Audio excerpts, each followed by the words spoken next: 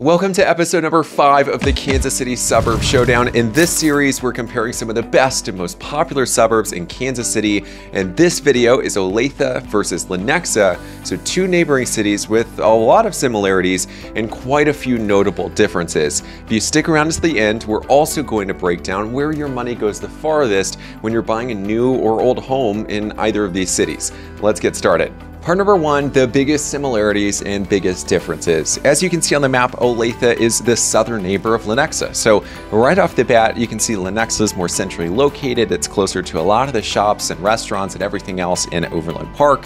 It's closer to downtown Kansas City, the plaza, the legends, all of that stuff.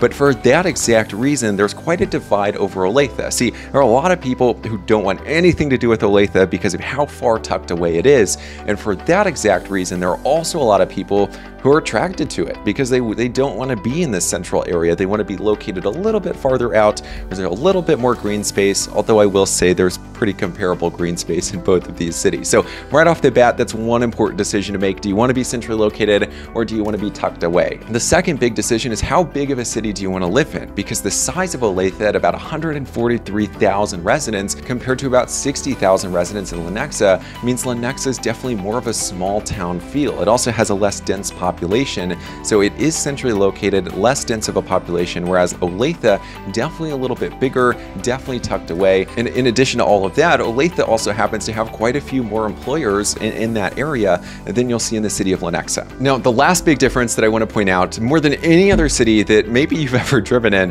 Lenexa has so many roundabouts. It's like a night and day difference between Lenexa and the number of roundabouts versus all the other cities combined. So just something to watch out for. We're going to move on to all of the similarities. One of the biggest similarities, both of these cities are investing a lot of money into the city's infrastructure. So in Lenexa, you've got the city center with the public market, the new aquatic facility, you've got the library right there as well. In Olathe, the city's investing in the downtown area, the community center, you've got Lake Olathe that just went under a huge renovation. So that's definitely a good sign if you're interested in either of these cities. The second big similarity is trains. You've got several trains running through each of these cities. In Lenexa, one of the railroads is along the highway, so it's not that big of a deal, but just be prepared in both of these cities because at any point when you're crossing the railroad, you could be at a standstill for a good 5+ minutes. Now, one of the popular similarities that attracts a lot of people to both of these cities is the amount of parks and green space, which both of these cities are phenomenal with. So in Lenexa,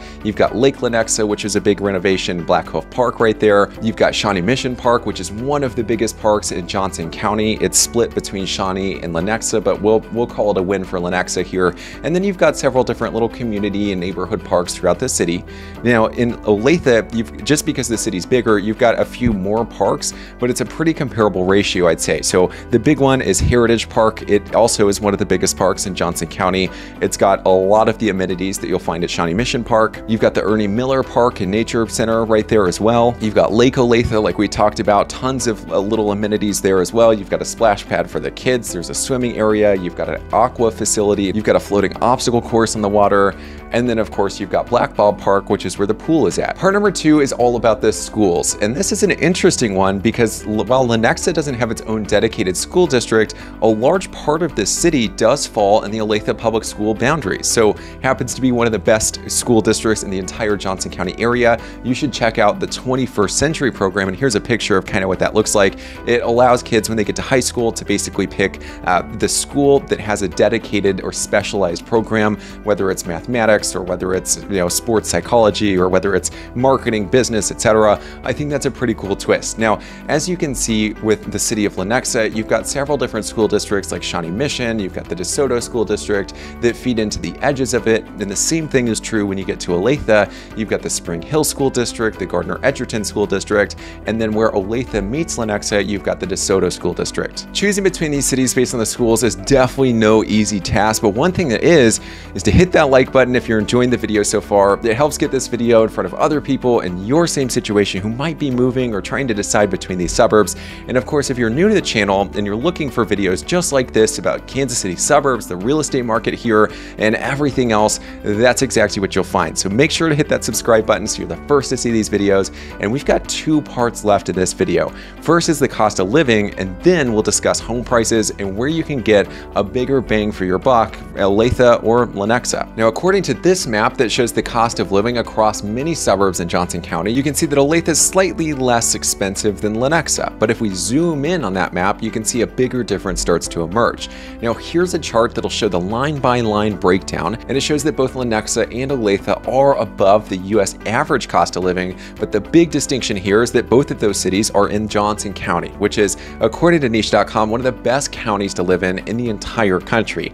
Good schools, good safe area, according to a lot of the reviews on Niche.com, and you're also getting areas that are investing a lot of money into their infrastructure. So for just a few points above the US average, that's what you can get in both of these cities. Now, of course, the biggest difference between Lenexa and Olathe will come down to the home prices, so let's unpack that a little farther. Zillow says that the typical value in Lenexa is about $425,000, which is a little bit more expensive than the typical value in Olathe of around $385,000. But there are a couple more interesting nuances to unpack here. So here are the average prices per square foot and the median sale price for new homes in Olathe and Lenexa. And you can see those tables side by side. In Lenexa, we're between $240 and $250 a square foot. If you look at Olathe, we're floating between $245 and $250 a square foot. So very comparable, though it looks like on the outset that Olathe is a little bit on the higher side for new homes. I do want to point out that Olathe just has a lot more new construction. It's a little bit farther out. It's got that wave of development a little bit later than the city of Lenexa did. And it's also just a bigger city. So if you're looking for new homes, you're going to have a lot more options. There's a lot more inventory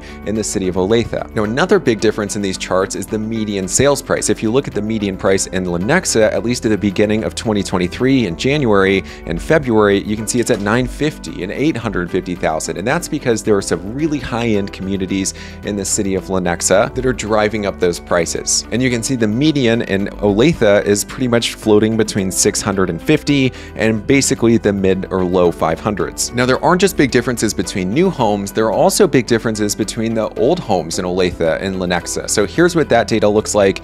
You can see there are way more listings in the city of Olathe than Lenexa, 820 versus 270. You can also see the lower end average per square foot is more affordable in Lenexa, but the prices are ultimately very comparable price per square foot in both of these cities. The one big distinction we can also draw is that many of the homes that are selling in Lenexa are just a little bit bigger than some of the homes that are selling in Olathe, which explains the small difference in the price per square foot being a little less in the city of Lenexa. Now, the last part of this video, I want to give you some concrete examples of homes that recently sold in both of these cities. So first, we're going to cover some older homes. Here's a home that sold in the city of Olathe for $437,000. It sold the 1st of June.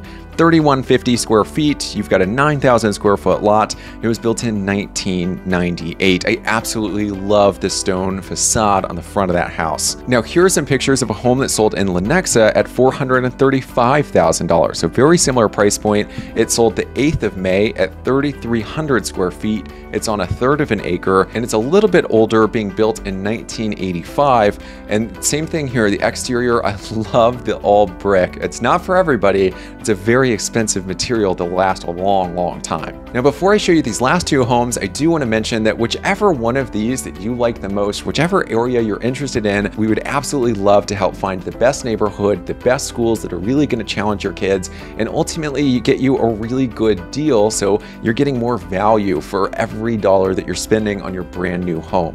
And if you enjoy this video, if you find this helpful, and if you think we make a good fit personality-wise, all of my contact information is in the description. So if you give me a call, text, or email, we can set up a time to talk, and I can get you all of the information that answers all of those questions, and we can work on getting you the best deal in the entire neighborhood. Now, I'm going to leave you with these last two homes. This first one is in the city of Lenexa. It sold in early May at $720,000, 2,800 square feet, 10,000 square foot lot. It's a 1.5-story home with those super tall ceilings. Now, here's another home that sold in the city of Olathe this time at $720,000. $112,000. It sold in April 20th at 2884 square feet and on a third of an acre lot in Cedar Creek, which happens to be one of the most high-end communities in the city of Olathe. That's all for this video. If you enjoyed it, make sure you hit that like button below. If you're new to the channel, make sure you subscribe for more videos very similar to this and all things Kansas City real estate. Any video suggestions, any questions, leave them down in the comments below, and I'll see you on the next video.